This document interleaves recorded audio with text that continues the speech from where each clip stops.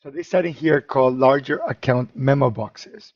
Essentially what it does is when you are in bank feeds, when you're in the banking screen and you open up any particular transaction, you will see that this category box is actually nice and big and wide.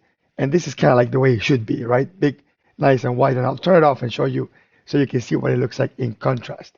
And then here on the memo box, notice that I have a box that can also be expanded. So I can put here line 2, line 3, line 4, and I'll just type a bunch of gibberish so you see. Okay, so the idea is just have a one big box where I can type whatever I want. So I'm going to click on add, and I'm going to go back and show you what that looks like.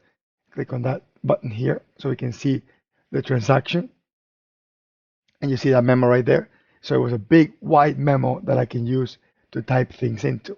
Now, I'm going to go back and turn the feature off and show you what it looks like so you can pretty much notice in contrast what the difference is.